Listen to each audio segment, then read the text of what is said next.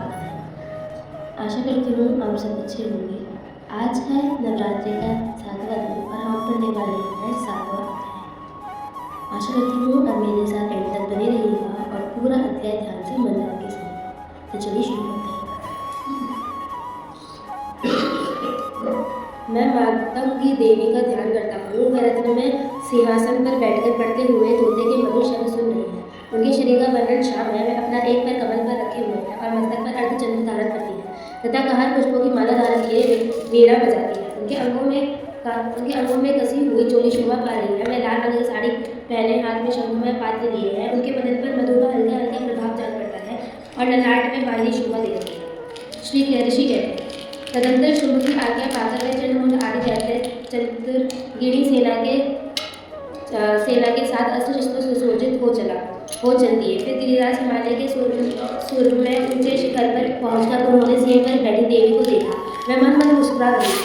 उन्हें देखकर दैत्य लोग तत्परता से पकड़ने को उद्योग करने लगे। किसी ने धनुष तान लिया, किसी ने तलवार संभाली और कुछ लोग देवी के पास आकर खड़े हुए। तब अंबिका ने उन शत्रुओं को उन शरीरों के प्रति बड़ा क्रोध किया। उस समय क्रोध के कारण मुख काला पड़ गया, ललाट में बहुत टेढ़ी हो गई और वहां से तुरंत विकराल मुखी काली प्रकट हुई जो तलवार पाश लिए हुए थे।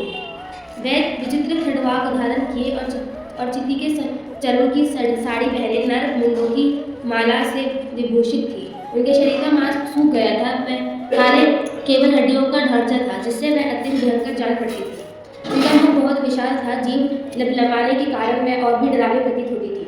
उनकी आंखें भीतर को धसी हुई और कुछ लाल थी। वह अपनी भयंकर गर्जना से संपूर्ण दिशाओं को गूंजा रही थी। बड़े बड़े दैत्यों का वध करते हुए काली देवी बड़े वेग से दैत्यों की उस सेना पर टूट पड़ी और उन सबका भक्षण करने लगी।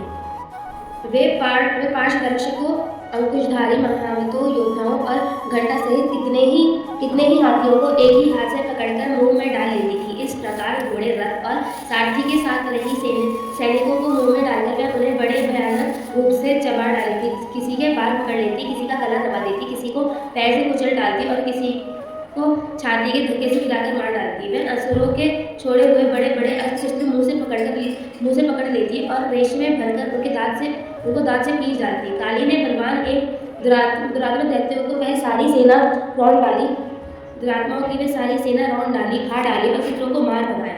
कोई तलवार के घाट उतारे गए, कोई खड़ग से पीटे गए और कितने ही असुर दैत्य के अग्रभाग से कुचल जाकर मृत्यु को प्राप्त हुए। इस प्रकार देवी ने असुरों की सारी सेना को भक्षमार से क्षण भर में मार गिराया। यह देख चंड उन अत्यंत भयानक काली देवी को और दौड़ा तथा महादैत्य मुंड ने भी अत्यंत भयंकर बाणों की वर्षा से तथा 1000 बाण चला हुए चक्रों से उन भयानक नेत्रों वाली देवी का आच्छादित कर दिया।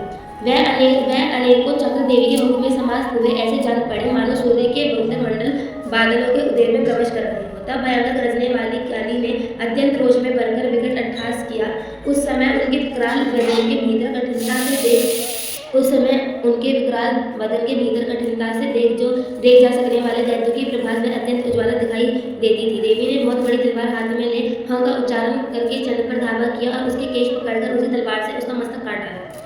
चंड को मारा गया देखकर मुंड भी देवी की ओर दौड़ा था। देवी ने रोष में भरकर उसे भी तलवार से घायल करके धरती पर सुला दिया। महापराक्रमी चंड और मुंड को मारा गया देख मरने से बची हुई बाकी सेना ऐसे व्याकुल हो चारों ओर भाग गई। तदंतर काली ने चंड और मुंड का मस्तक हाथ में ले चंडिका के पास जाकर प्रचंड अट्टहास करते हुए कहा, देवी मैंने चंड और मुंड नामक इन दो महापशुओं को तुम्हें भेज दिया है या फिर युद्ध ज्ञान में तुम सुवर्ण शुंभ को स्वयं ही बंद करना। ऋषि कहते हैं, वह लाए हुए उन चंडमुंड नामक महादैत्य को देखकर कल्याणी माई चंडिका ने काली से मधुर वाणी में कहा, देवी तुम चंडमुंड को लेकर मेरे पास आई हो, इसलिए संसार में चंडमुंड के नाम से तुम्हारी ख्याति होगी। इस प्रकार श्रीमद्गंडीय पुराण सार्वजनिक मनवंतरी के कथा के अंतर्गत देवी महात्म्य चंडमुंड वध नामक 7वां अध्याय पूरा हुआ।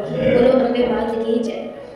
तो दोस्तों इसी के साथ हमारा 7वां अध्याय पूरा हुआ। आशा करती हूँ आप एंड तक बने रही होंगे, आपने पूरा अध्याय ध्यान से मन लगाकर सुना होगा।